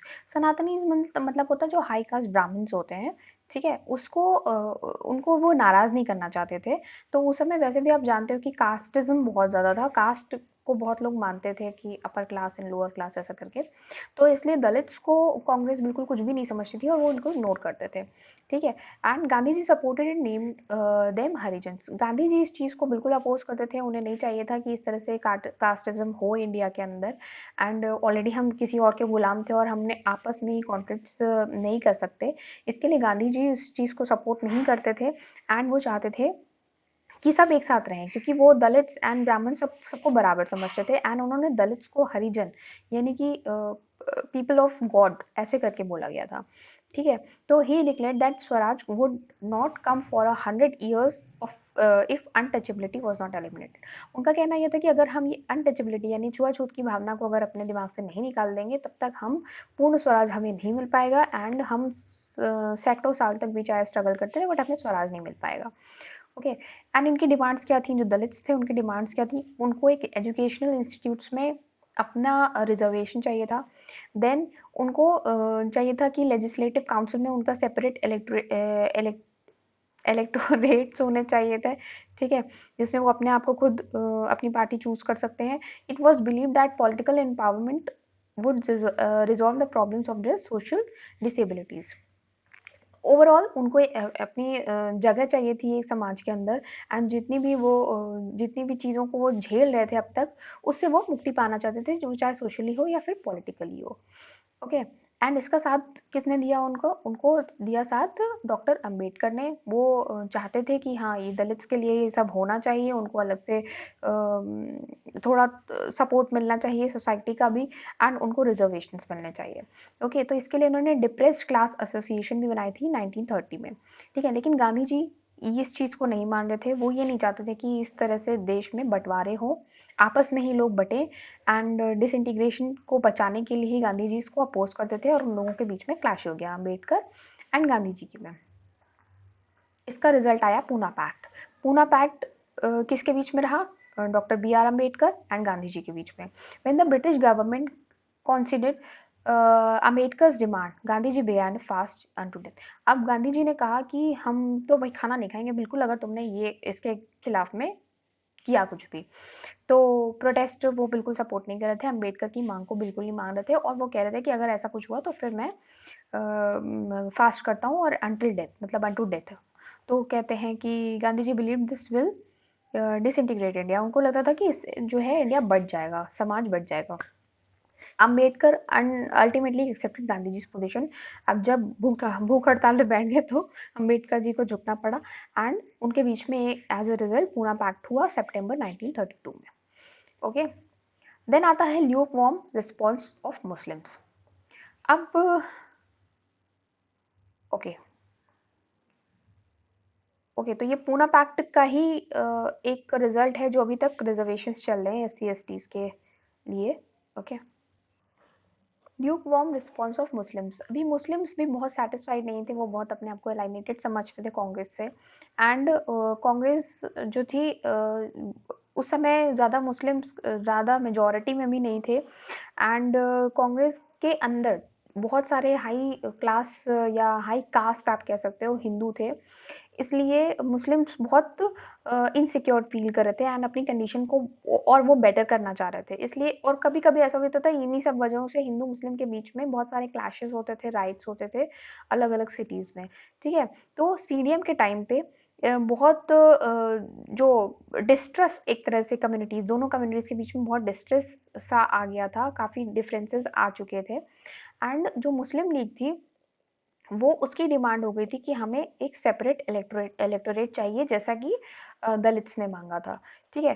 तो ये चीज़ जो थी, जो mister M R Jayakar Jayakar थे, तो हिंदू महासभा के, तो उन्होंने एक बहुत स्ट्रांगली कुछ स्टेटमेंट ऐसा दे दिया था जिसकी वजह से राइट्स हो सकते थे, क्योंकि उन्होंने कुछ ऐसी बात ऐसी कह दी थी कि जिस वजह से मुस्लिम लीग जो थी बहुत ऑफेंड हो चुकी थी एंड वो शायद आपकी बुक में इतना नहीं दिया हुआ है, बट यस कुछ उन्होंने ऐसा कहा था ऑफेंसिव कि उसके बाद मुस्लिम लीग बिल्कुल भड़क चुकी थी। Okay. Sense of collective belonging, how it developed, ठीक है। ये अगर हम कहीं पे रहते हैं तो हम उसमें अपने आप को कैसे आप अगर जैसे किसी क्लास में हो तो आपकी कुछ बिलोंगिंग्स वहाँ पे आप कैसे डेवलप कर पाओगे कि ये हमारा क्लास है, ठीक है। इसी तरह से एक सेंस ऑफ बिलोंगिंग होती है, वो कैसे डेवलप होती है, यहाँ पे ये बताया है। एक्सपीरियंस ऑफ यूनाइटेड स्ट्रगल्स, एक साथ मिलके किसी चीज़ के लिए लड़ाई कर रहे हैं आप। वेराइटी ऑफ कल्चरल प्रोसेस, बहुत सारे कल्चर्स चल रहे हैं बट आप एक्सेप्ट क्या करते हैं, सबको करते हैं। हिस्ट्री एंड फिक्शन, ठीक है, folklore and songs, popular prints and symbols, बहुत कॉमन चीजें हैं जो कि आपको एक बिलोंगिंग बताती हैं, डेवलप करती हैं आपके अंदर। ओके। तो the identity of India came to the visual association with the image of Bharat Mata, ठीक है। अब हमको ये जब हम अपने देश के लिए लड़ रहे हैं, ठीक है, हमको अपने देश को आज़ाद कराना है, तो हम उसको कैसे लोगों तक पहुँचाएँगे, कैसे हम उनके अंदर सेंस ऑफ बिलॉन्गिंग जगाएँगे? उसके लिए हमें पर्टिकुलर एक अपना यू नो अगर हम किसी एक घर में रहते हैं तो वहाँ का एक पर्टिकुलर एड्रेस होता है, कोई स्ट्रीट होती है, कोई सिटी होती है, इस तरह से हम उससे जुड़ते हैं, ठीक है। अभी एक कंट्री के बारे में अगर बात हो रही है तो सबसे पहले हमें ज़रूरत क्या होती है, उस कंट्री के का नाम, ठीक है, सबसे पहले तो नाम, उसके बाद वो उससे रिलेटेड कुछ या तो आपके पास डॉक्यूमेंट्स हो, ठीक है, फ्लैग हो, गाना हो या भाषा हो, कई चीज़ें ऐसी होती हैं। तो इसी चीज़ को डेवलप करने के लिए हमारे यहाँ क्या अब शुरू हुआ था, the identity of India came to be visually associated with the image of Bharat Mata. Bharat माता की इमेज बनाई गई, ठीक है, हम अपने आप का जुड़ाव समझ सकेंगे उस इमेज के थ्रू, या हम ये समझ सकेंगे हाँ दिस इज आवर कंट्री और हमें इसके लिए फाइट करनी है। ओके, तो ये जुड़ाव जगाने के लिए, लोगों के साथ में कनेक्शन बनाने के लिए भारत माता की एक इमेज के साथ एसोसिएट किया गया। The image was first created by Bankim Chandra Chattopadhyay and he wrote Vande Mataram. Vande Mataram was a song कि जो एक तरह से अभी भी आप अगर सुनोगे तो आपको बहुत ज़्यादा जोश आता है वो चीज़ सुनने से। एंड वही चीज़ हुई कि जब वंदे मातरम क्रिएट किया, किसने बनाया इसको, लिखा किसने था, बंकिम चंद्र चट्टोपाध्याय ने, and this image was created, ये इमेज जो बनाई गई थी ये बंकिम चंद्र चट्टोपाध्याय के द्वारा बनाई गई थी। Later it was included in his novel Anand Math. Anand मठ में ही बाद में वंदे मातरम को इंक्लूड किया गया था। वाइडली संग ड्यूरिंग द स्वदेशी मूवमेंट इन बंगाल।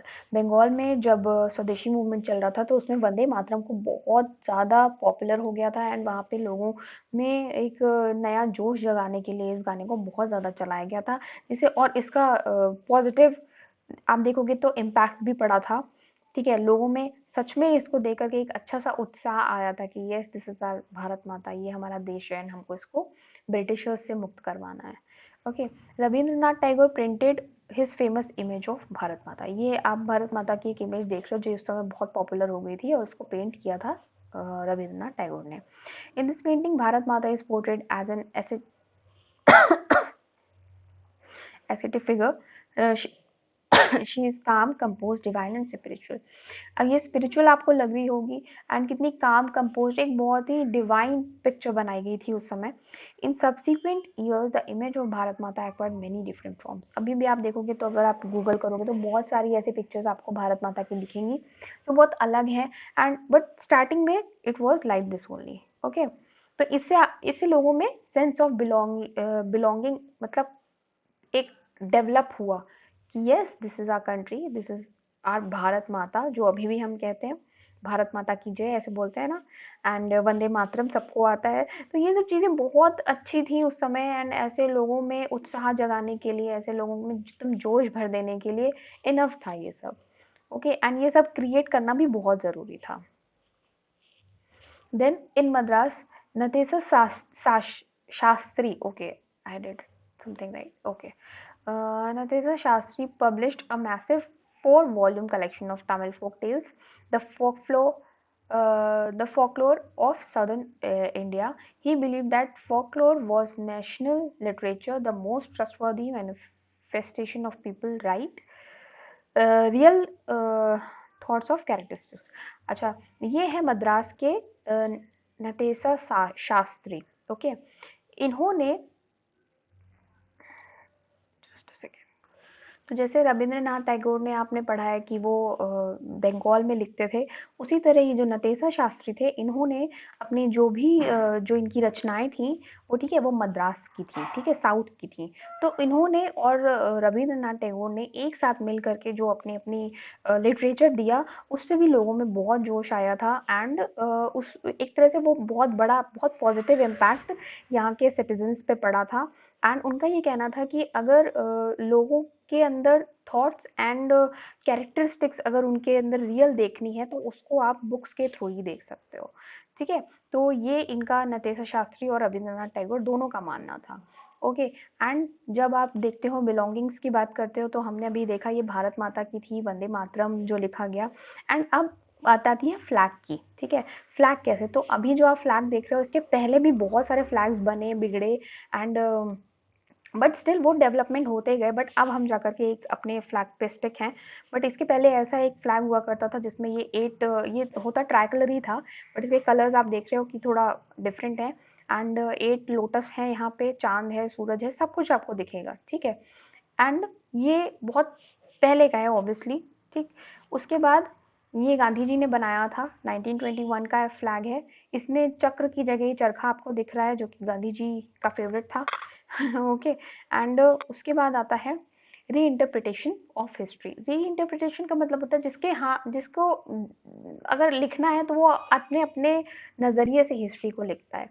जैसे जब ब्रिटिश ने यहाँ पे रूल किया तो वो ब्रिटिशर्स ने वैसी हिस्ट्री लिखी। उन्होंने क्या बताया कि इंडिया तो भाई बहुत पुअर था, बड़ा बकवास कंट्री था, हम आए, हमने तो यहाँ पे डेवलपमेंट कर दिया, ठीक है। हमने रूल यहाँ पे नहीं किया, हमने तो डेवलप किया इंडिया को। बट ऐसा नहीं था, ये तो आप भी जानते हैं कि ऐसा नहीं था, क्योंकि उन्होंने हमें सिर्फ लूटा था, हमें सिर्फ एक्सप्लॉइट किया था, ओके। बट जब हम हमारे यहाँ से बहुत सारे काबिल लोग निकले, पढ़े लिखे लोग निकले, उन्होंने हिस्ट्री लिखी, उन्होंने जब लिखा तो वो उन्होंने सच्चाई लिखी। और मे बी ब्रिटिशर्स को ये फेक लगता होगा कि जो हमारे यहाँ की हिस्ट्री है जो हम पढ़ रहे हैं, ठीक है। एंड बट हमें हमारी नज़र से देखे तो यस, उन लोग ने गलत लिखी थी, राइट। तो यहाँ के जो लोगों ने लिखी हिस्ट्री तो that is the correct one. And Britishers ने मोस्टली हमें लूटा, हमारे कंट्री को बर्बाद किया था। बट स्टिल अपनी अपनी चीज़ होती है, अपनी अपनी कहने की बातें होती हैं। They wrote about the glorious developments in ancient times when the art and architecture, science and mathematics, religion, culture, law and philosophy, crafts and trade were flourished।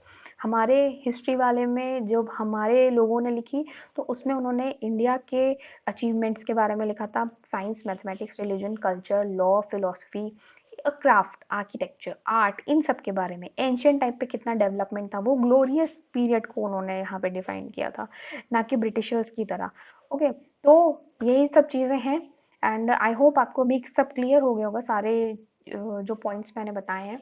And उसके साथ में भी आपको मैं बताना चाहूँगी नेक्स्ट वीडियो में आप जान सकते हो कि कौन कौन से बहुत ही इंपॉर्टेंट क्वेश्चन आंसर्स हैं जो आपके बोर्ड्स वालों के बहुत फेवरेट हैं, जो अक्सर वो आते रहते हैं। तो आप प्लीज़ उसको भी फॉलो करिएगा। एंड अगर आपके कोई भी डाउट्स हो तो आप पूछ सकते हो मुझसे, okay. And this is my favourite chapter, और एक स्टोरी की तरह अगर आपने पढ़ा होगा तो आपको भी बहुत अच्छा लगा होगा, बहुत मज़ा आया होगा। I hope you like my session and keep studying and all the best for your exams.